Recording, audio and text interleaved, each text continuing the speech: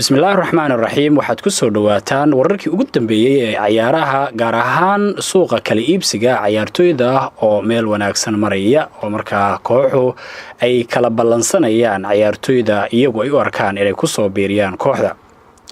Waxaan ku hormaraynaa kooxda kubadda cagta ee Bayern Munich ayaa waxay dib u soo cusboonaysiisay in ay la wareegto ciyaaryahanka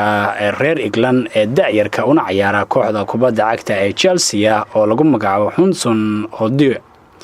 Chelsea ayaa waxa ay hore u diiday ciyaaryahankan inay ka iibiso kooxda Bayern Munich, balse Bayern Munich ayaa in muddo ah waxa ay raadinaysaa ciyaaryahankan da'da yar iyagoo markaas doonaya in ay bedel uga dhigaan labada ciyaaryahan ee da'da ka daba timid ee Frank Ribery iyo waliba Arjen Robben.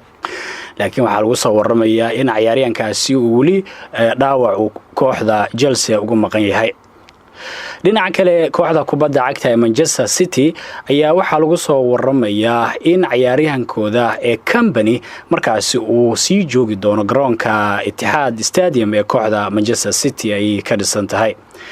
ciyaaryahankan ayaa habeenkii ugu dambeeyay ee kooxda kubadda cagta Manchester City iyo waliba kooxda Leicester City ee kulan weyn markaa dhaxmaray oo ka tirsanaa Premier League ka oo halka gool ee kooxda Manchester City ay ku adkaatayna uu Company u dhaliyay leesla hadalhayay in uu markaa kulankii ugu dambeeyay ee kooxda Manchester City uu ciyaarayo kaas uu ahaanayo, laakiin waxaa la sheegayaa in Pep Guardiola uu doonayo in uu markaa heshiis hal sano ah uu u sii dheereeyo ciyaaryahan Company, taasi oo taageerayaasha kooxda kubadda cagta Manchester City ay aad u soo dhaweeyeen.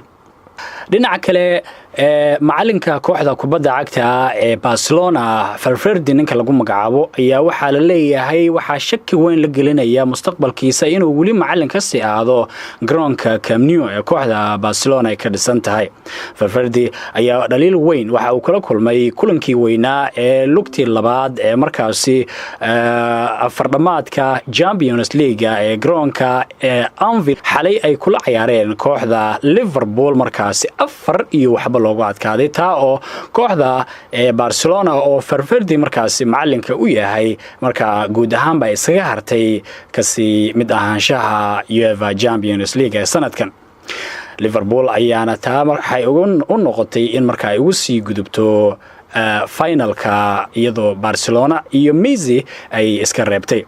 haddaba Valverde ayaa waxaa la leeyahay mustaqbal uma yaalo garoonka Nou Camp, taa oo markaa isaguna uu leeyahay wali rajo weyn ayaan ka qabaa inuu baaqi ku sii ahaado garoonka Nou Camp. wararkii ugu dambeeyay sidoo kale waxaa ka mid ah Zinedine Zidane macalinka kooxda kubadda cagta ee Real Madrid ayaa waxa uu isha ku haya ayaa la leeyahay ciyaaryahanka kooxda Chelsea Kent iyo waliba kan Manchester United lagu magacaabo Paul Pogba iyo markaas Pogba durbadii la leeyahay heshiis buu la gaaray kooxda Real Madrid waxaana markaas ay bedel u noqon doonaan ayaa la leeyahay ciyaaryahanadaasi Casemiro oo la leeyahay kooxda Zidane waa uu ka diri doona. Zinedine Zidane ayaa waxa uu dib ugu soo laabtay kooxda Real isagoo hore markaas 3 sano xiriir ah UEFA Champions League kula guuleystay isagoo markaa macalinka ahaa garoonka Bernabeu. sidoo kale macalin Zinedine Zidane dib ugu soo laabashadiisa ee kooxda Real Madrid ayaa waxa la leeyahay waxa la doonayaa in uu markaa dib u nooleeyo kooxda Real oo sanadkan ay aad ugu xumeyd dhinaca awoodda kooxdaasi markaasi ay lahaan jirtay. guud ahaan xubintaasi waxyaabaha wargeysyadu ay ka qoreen ciyaaryahanada suuqa kala iibsiga oo aad kala socoteen xogta ciyaaraha halka ayaan ku soo gunaanadayna.